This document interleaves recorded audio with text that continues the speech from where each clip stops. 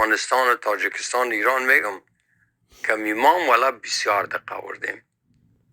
این حداقل 6 ماه است که ما به شما چالش میتم و به شما گفتم میرم که اینمی قرآن حداقل 1000 غلطی داره.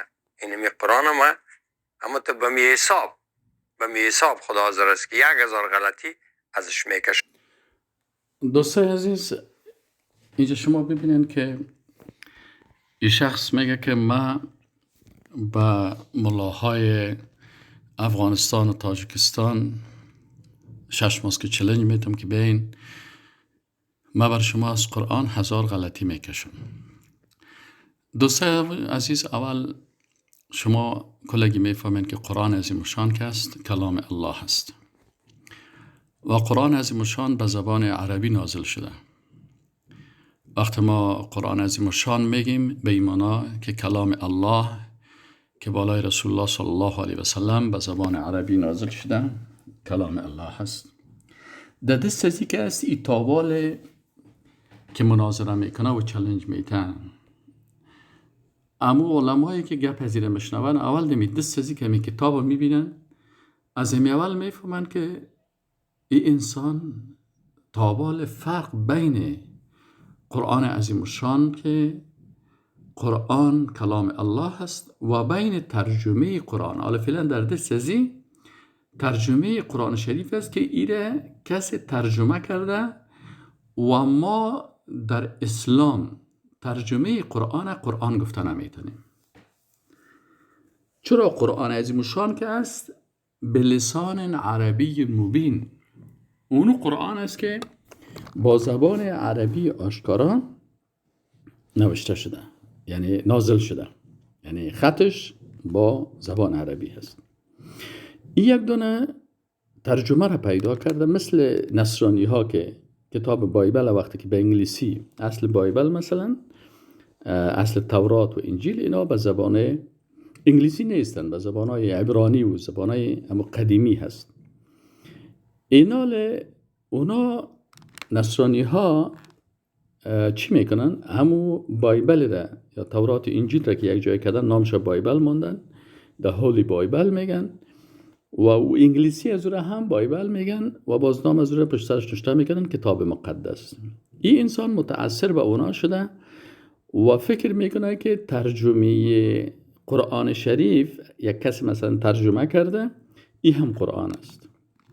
خب آل شما بگوین که امرای چه قسم انسان مناظره بکنه؟ یعنی مناظره خو امرای یک عالم میشه که قرآن عظیم شان میفهمه، قواعد زبان عربی را میفهمه، به صرف و نحو و بلاغت یا خوب میفهمه و باز اگر او انسانی که صرف و نحو و بلاغت قرآن میفهمه، بسیاری کسایی که خواندن اونا حتی کافر بوده مسلمان شده، ولی اینالی ادعا میکنه که من مناظره میکنم. یعنی یک کسی بر شما یک کتاب میاره که من در این کتاب مناظره میکنم و خوب میفهمی که این از این کتاب هیچ علمیت نداره، اینال چه قسم امرایزی مناظره بکنی و چی بگوی امرایش؟ اول برش بشینی مجبور یک هفته این قناعت بیتی که او برادر تو غلط کردی، تو اشتباه کردی، این دست تو که هست این قرآن نیست، این ترجمه هست. ترجمه قرآن شریف هر کسی مثلا یک نفر به انگلیسی ترجمه میکنه، یک نفر مثلا به پشتو، یک نفر به دری، یک نفر به زبانهای مختلف قرآن شریف ترجمه شده و حتی علما میگه که جایز نیست که ما همین ترجمه قرآن شریف یک وقتی یک کسی به نام غوث زلمه و به نام قاری مشتاق اینا در کابل یک همین قسم کتاب که نمیره چی کرده بودن چاپ کرده بودن و در پشتش نوشته کرده بودن قرآن. علما خیستن و بالاخره سرزی بسیار جنجال شد، حتی اشخاص چی شدن بندی شدن و کل علما برشان گفتن که شما یک اشتباهی بسیار بزرگی کردین که او چی هست که شما با ترجمه‌ای که با زبان خود نوشته کردین سرزی قرآن نوشته کردین. خود همین نوشته کردن قرآن این حال همین ترجمه‌ای را که هر کس ترجمه کرده و در سرزی قرآن نوشته کرده او خود نوشته کرده که ترجمه یا متن فارسی، ترجمه فارسی قرآن عظیم شان است، ترجمه فارسی قرآن شریف است و این ترجمه فارسی را قرآن میگه. این حال شما علما را معلومت میکنین که بین امرای زنا مناظره بکنن. سر چی مناظره بکنن؟ سر از که ای تابال فرق بین قرآن و ترجمه قرآن نمیشناسه. والله متاسفانه که اگر برای یک طفل مسلمان هم بگویی او فرق میکنه بین ترجمه قرآن و بین قرآن.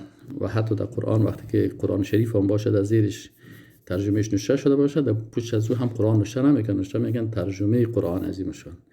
اما تنها متن قرآن عظیم شان که عربی هست که با الحمدلله رب العالمین شروع میشه و با قل اعوذ برب الناس ختم میشه، 30 سپاره ایر قرآن میگه.